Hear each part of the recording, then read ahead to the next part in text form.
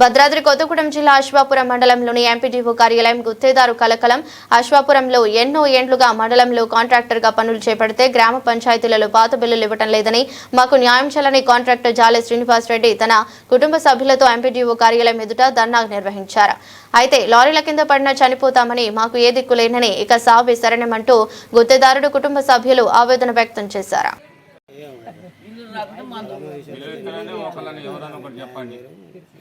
లేకపోతే ముగ్గురం కలిసి ఒకే లారీ కింద పడతాం, లేకపోతే ఒక బస్ కింద పడతాం.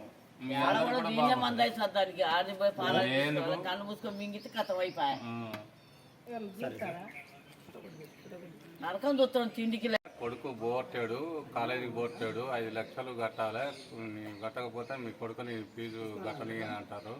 నాకు ఇక్కడ బిల్లులు వచ్చేవి ఉన్నాయి, వీళ్ళేమో కాలేజీ ఫీజు కట్టాలి. ఇక మా ఇంట్లో మాకు ఇబ్బందిగా ఉన్నది.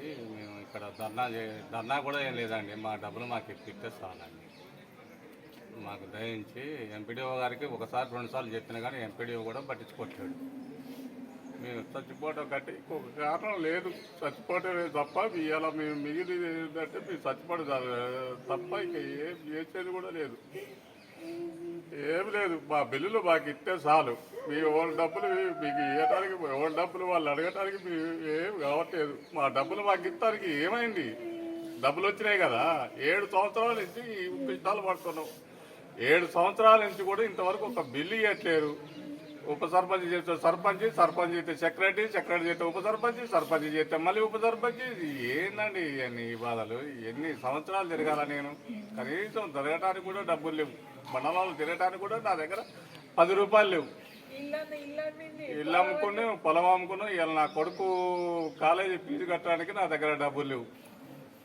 యానకు తెచ్చి దొంగతనం చేయాలంటే చేస్తే పోలీసులు పట్టుకుంటారు. మరి నాకు ఎవడు ఏం చేయాలి? మరి ఈ పంచాయతీలో డబ్బులు వచ్చేవి ఉన్నాయి, ఈ కరెక్ట్ ఎంబీ రికార్డు చేసిన, ఎంబీ ప్రకారమే ఇవ్వమనండి.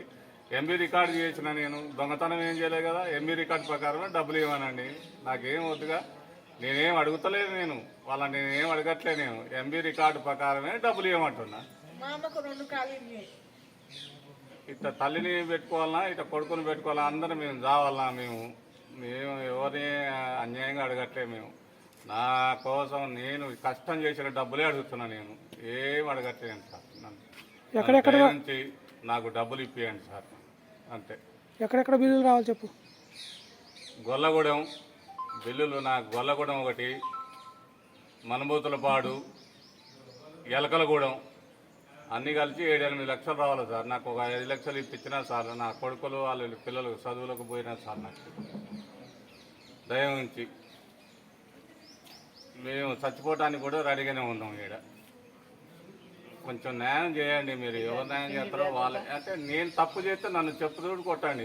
నేనేమన్నా రికార్డింగ్ చేయకపోతే, రికార్డింగ్ ఉంది, ఎంబీ రికార్డింగ్ అయిపోయింది, అన్నీ అయిపోయినాయి. ఎంపీడీఓ గారికి కూడా 4-5 సార్లు చెప్పాను. చెప్పినా కూడా ఆయన కూడా పర్సనల్గా పట్టించుకోకపోవటం వల్లనే నేను ఎంపీడీఓ దగ్గర మా అమ్మని, మా అక్కని తీసుకొచ్చి వచ్చిన. మా కొడుకు, మా భార్య కూడా ఇప్పుడు వస్తున్నారు. వాళ్ళు కూడా ఈయనే పండుకుంటాం, ఈయనే ధర్నా చేస్తాం, ఈయనే మందు తగ్గి చచ్చిపోతాం. నా పేరు జాల శ్రీనివాస్ రెడ్డి. నేను మిషన్ భగీరథ పనిచేశాను.